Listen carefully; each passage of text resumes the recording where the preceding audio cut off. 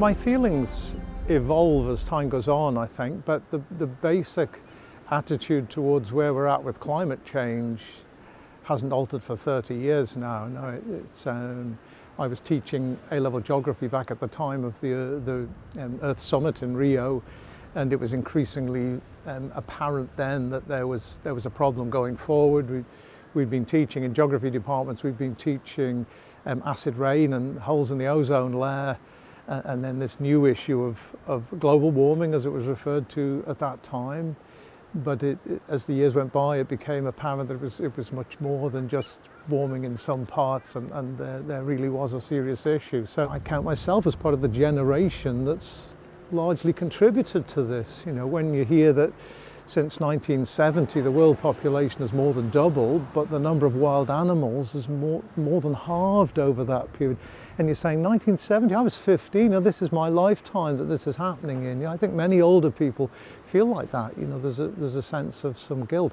But there's been some polarization, because you have some people who are doggedly determined that this isn't happening, that the science isn't settled, that there's other evidence that the scientists haven't thought about. And I see no strength in those arguments at all. From an Isle of Man perspective, I think if we don't act, we'd have a whole string of problems that we don't have now. If we don't act on enabling charging points for vehicles, for example, from 2030, when the UK stops selling new and fossil fuel powered vehicles, we will really struggle here. You know, any petrol station trying to remain open here would really struggle. We would struggle to import cars. So at some point there, this is an avenue that shuts. You know, no new cars from 2030, other than electric vehicles or hydrogen or something.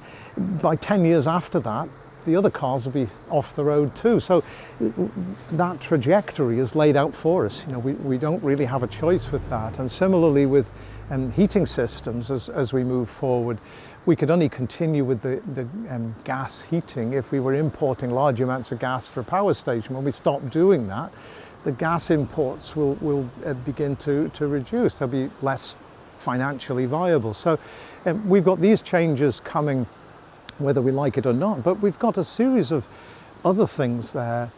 I was talking to a chief executive of a company last week who was saying that young people coming from university, at the top of their list of what they want out of their workplace is that it's absolutely climate change agenda compatible.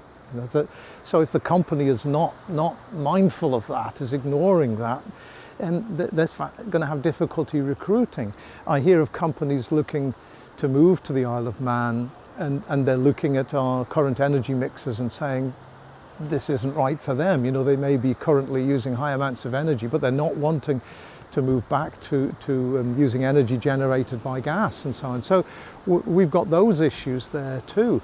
Any idea that the Isle of Man could continue on with 700,000 tonnes of emissions a year without reactions from countries around us, I think is unrealistic. I hear some people saying, we're only small, we produce tiny amounts of carbon dioxide, it doesn't matter. But 1 tonne of carbon dioxide produced here has the same effect and lasts as long as a tonne of carbon dioxide produced anywhere. So we're not outside this because we're small. You know, it affects us too. We're part of this global picture, and at the moment our contributions per head are higher than the global average, higher than the European average, higher than the other countries that make up the British Isles. We're in a difficult starting point. So we've got to address this, and the Climate Act commits us to getting down to zero emissions by 2050, but we've got that all to do. We're starting at a much higher level, 2 tonnes per person higher than the UK. So we've got it all to do to get down there. So there's a big task ahead.